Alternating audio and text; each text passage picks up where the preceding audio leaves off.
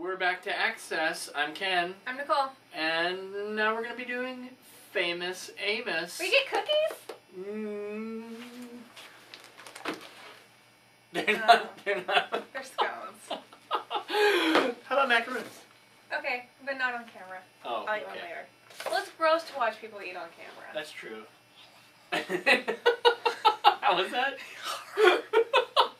You got chocolate in your... And this is actually great for Amos because there's ripe figs. There are. Late fruit that we'll get to. It's a foodie book. Except it's all bad. Amos, okay, we are in the 8th century, so we're going back in time again. And Amos, like Hosea, yes, is the only other prophet who prophesies to the northern kingdom, the kingdom of Israel, which falls in 732, felled by the tiger of Assyria. Yes. So it's pre-fall. Yes, pre-fall and pre-exile, before all of that stuff. But it's coming. But it's a-coming. We have the same context in the northern kingdom. It's right in the center of the trade routes, and so all the traders are coming through. It's a fabulously wealthy area, but that wealth, again, was not spread out equally. And so Amos is going up there and was just appalled at what he saw. God calls all of the people to justice and to take care of the widows and the poor, and what Amos sees is the exact opposite of that.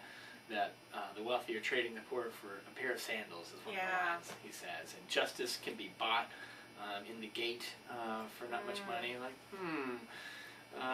So it's a kind of a time of full-on corruption. Full-on corruption and greed. Everywhere. And Amos is just not gonna. He's not gonna be having it.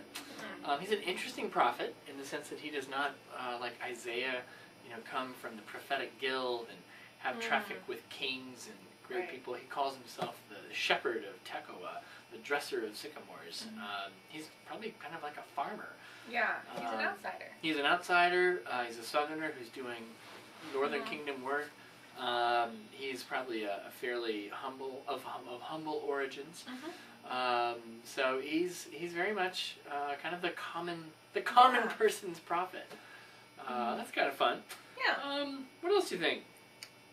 You want to do themes? I'll go on for themes. Great, hit us. So this disparity, this gap between the rich and the poor is a big theme for Amos. And what's interesting is instead of the idea that it should all level out to everyone kind of being middle class, how it's going to level is everyone becomes poor. Which is different. Yeah. Normally in the other prophetic books that deal with this issue, the poor get lifted up and economically lifted up. That would be the ideal. There's trickle down theory. This is trickle out theory. Trickle out. It's like a water balloon on the pavement, where everything gets spread thin, which is disturbing. And it foretells what comes with the destruction of Israel. Right, and that's one of the other great themes of Amos is this telling of the exile. Now, this is the first time the Northern Kingdom has heard this word exile. What? That can't happen to us. And so the words of Amos are really harsh, and where you have judgment tempered with hope in pretty much all the other prophetic books, not so much in Amos. And he overstates the judgment portion to get it through their thick heads that this is what's coming. And it doesn't. It doesn't. But it doesn't stop him. It doesn't stop him. But that's his call. His call is to be a foreteller of the exile. And not the exile, but the destruction. The destruction, sorry. And so that's where it plays with that wasteland imagery that you're going to get. Yeah. The other thing that you pick up in Amos is the accountability of all the nations to God. That it's not just people want to see interacting with the other nations, but that everyone from all other nations are going to have to answer to God as well. Speaking of answering, The nations may have to answer, but we're not answering. Nope. Not today. We're kind of like Israel. I'm sorry if it's you who's calling. Sorry. The thing I wanted to say too about the history, this is one of those books that, as ancient as a book it is, many people know the words of Amos because it's been used in a contemporary context. Martin Luther King famously talks about letting justice come down, roll down, yeah. Yes.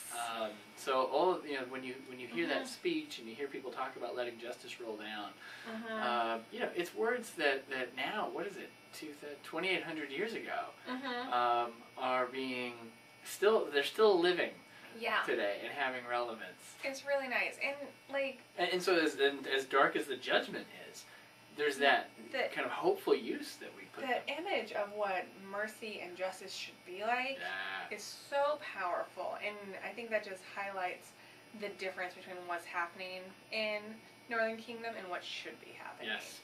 That with Amos you get great extremes. Yeah. It's also a theme that's Shakespeare picks it up too. Really? Yeah, in Where? the Merchant of Venice. Oh.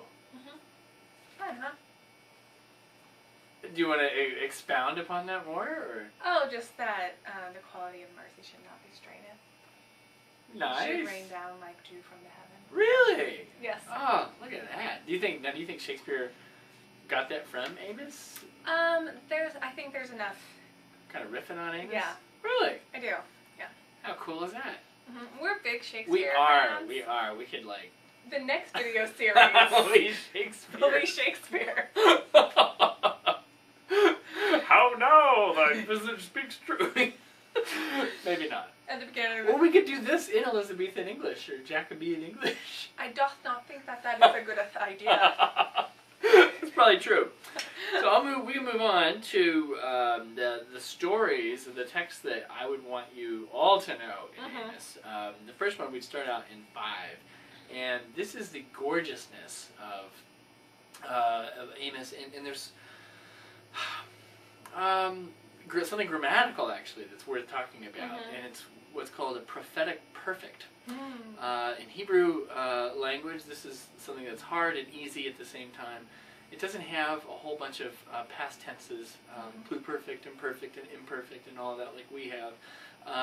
They just have aspect. And so they talk about whether a verb is completed or perfect or whether it's incomplete or imperfect. Right. Not future, past. I mean, it's very confusing sometimes as to when something